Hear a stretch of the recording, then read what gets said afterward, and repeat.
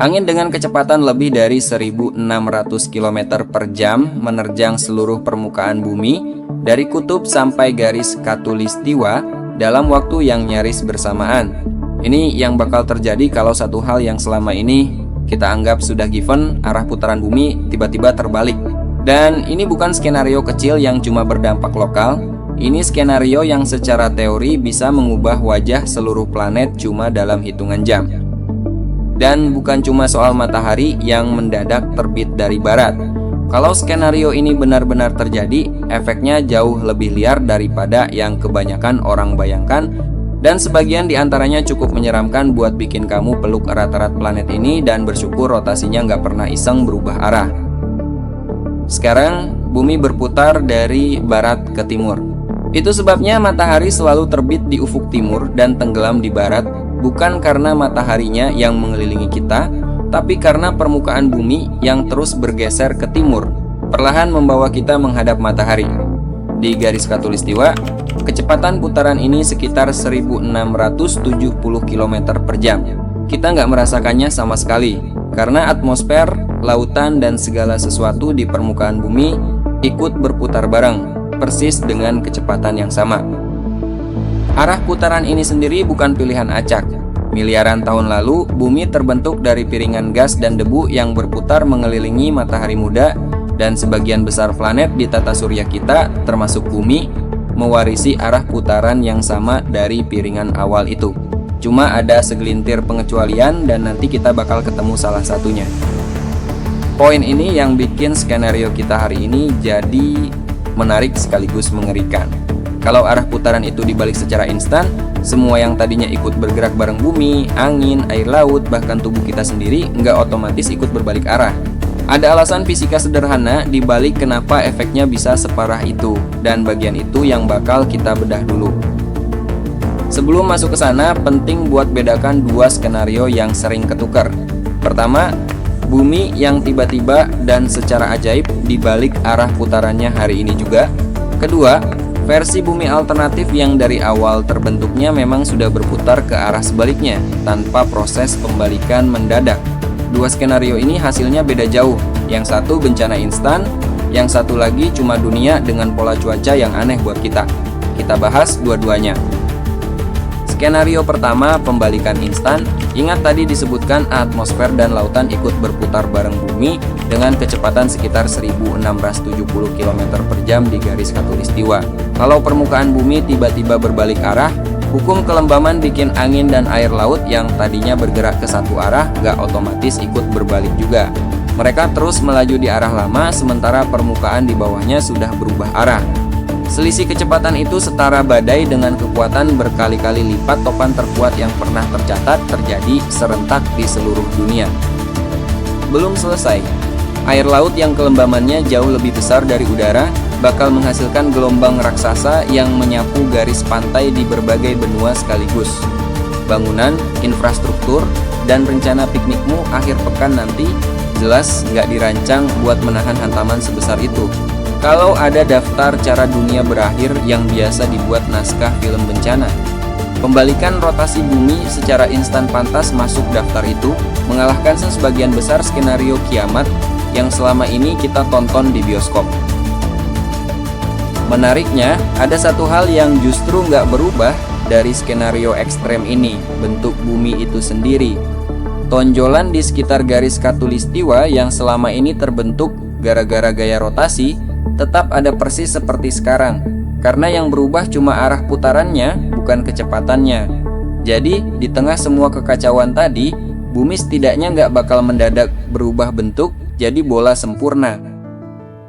Untungnya, secara fisika, skenario pembalikan mendadak ini nyaris mustahil terjadi secara alami. Bumi punya momentum sudut yang sangat besar, dan dibutuhkan gaya luar biasa dahsyat untuk membalikannya secara tiba-tiba, jauh melebihi apapun yang pernah kita saksikan terjadi pada planet di tata surya kita sendiri. Ngomong-ngomong soal arah rotasi yang terbalik, ada planet lain di tata surya kita yang benar-benar berputar berlawanan arah dibanding kebanyakan planet lain, termasuk bumi. Venus pengecualian yang tadi disebutkan. Bukan cuma arahnya yang terbalik, rotasinya juga jauh lebih lambat. Saking lambatnya, satu kali Venus berputar penuh pada porosnya makan waktu lebih lama dibanding satu kali Venus mengelilingi matahari. Satu hari di Venus, dalam artian satu putaran penuh, lebih panjang daripada satu tahunnya sendiri. Jadi kalau kamu pernah ngerasa hidup di bumi kadang berjalan lambat, coba pikirkan hidup di planet yang harinya lebih panjang dari tahunnya. Ulang tahunmu bakal keduluan pergantian hari. Sekarang mari kita adil sedikit pada skenario yang lebih masuk akal. Bumi yang dari awal terbentuknya memang berputar ke arah sebaliknya tanpa proses pembalikan mendadak yang bikin kiamat tadi. Di dunia versi ini, efeknya nggak langsung membunuh siapapun, tapi cukup buat mengubah wajah planet kita secara total, terutama lewat satu mekanisme bernama efek Coriolis.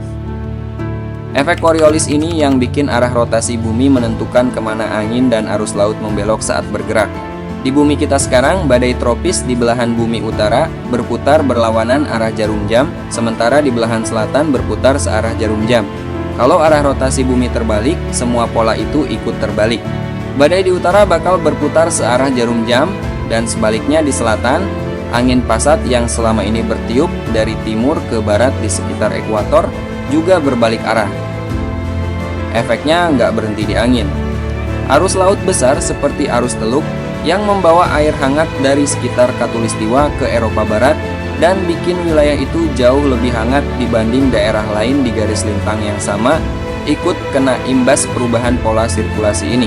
Seberapa besar arus itu berubah posisi atau kekuatannya masih jadi bahan diskusi panjang di antara ilmuwan iklim, tapi satu hal yang cukup disepakati, distribusi panas di seluruh planet nggak akan sama seperti sekarang. Perubahan arah angin dan arus laut sekecil apapun ternyata cukup untuk menggeser total pola iklim global. Beberapa simulasi iklim yang pernah dibuat ilmuwan dengan membalik arah rotasi di dalam model komputer menunjukkan hasil yang cukup mengejutkan. Pola curah hujan dunia bisa bergeser drastis, sampai-sampai kawasan gurun seperti Sahara berpotensi berubah jadi jauh lebih hijau dan basah, sementara sejumlah kawasan yang sekarang subur berpotensi berubah jadi lebih kering. Intinya bukan dunia jadi lebih baik atau lebih buruk secara keseluruhan, tapi peta iklim global yang kita kenal sekarang bakal benar-benar tersusun ulang. Buat kita di Indonesia, ini bukan cuma wacana jauh di belahan bumi lain.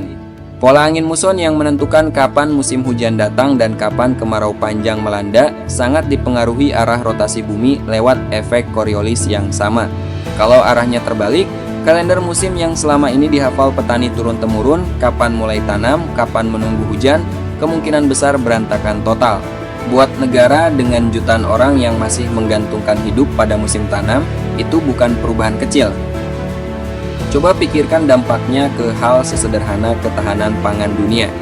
Kalau kawasan yang sekarang jadi lumbung pangan utama berubah kering, dan kawasan yang sekarang gersang berubah subur, seluruh peta pertanian dan sebaran penduduk dunia yang sudah terbentuk selama ribuan tahun harus disusun ulang dari nol. Kota-kota besar yang tumbuh di sekitar sungai dan lahan subur sekarang bisa jadi justru berdiri di lokasi yang paling nggak menguntungkan di dunia versi baru ini. Kalau dipikir-pikir, bukan cuma manusia yang mengandalkan posisi matahari untuk berorientasi. Sejumlah hewan migrasi seperti burung dan kupu-kupu tertentu memakai posisi matahari sebagai semacam kompas alami buat menentukan arah terbang selama perjalanan panjang mereka. Sistem navigasi bawaan yang terbentuk lewat evolusi selama jutaan tahun itu mendadak nggak relevan lagi kalau arah rotasi bumi berubah total. Satu hal yang menariknya tetap sama, panjang satu hari.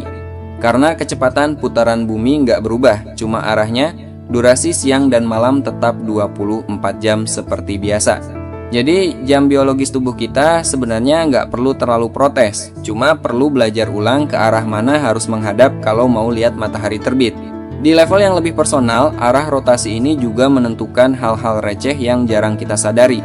Sisi mana dari rumahmu yang kebagian sinar matahari pagi, ke arah mana bayangan jatuh sepanjang hari, sampai kebiasaan navigasi tradisional yang mengandalkan posisi matahari. Semua itu bakal kebalik total.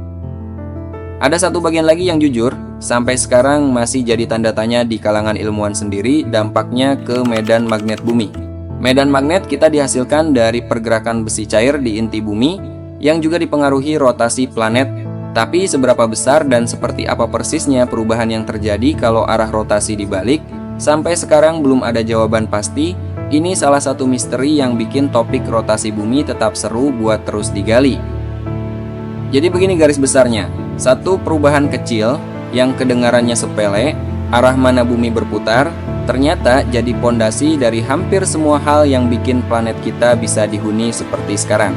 Kalau perubahan itu terjadi secara mendadak, hasilnya bencana instan berskala global.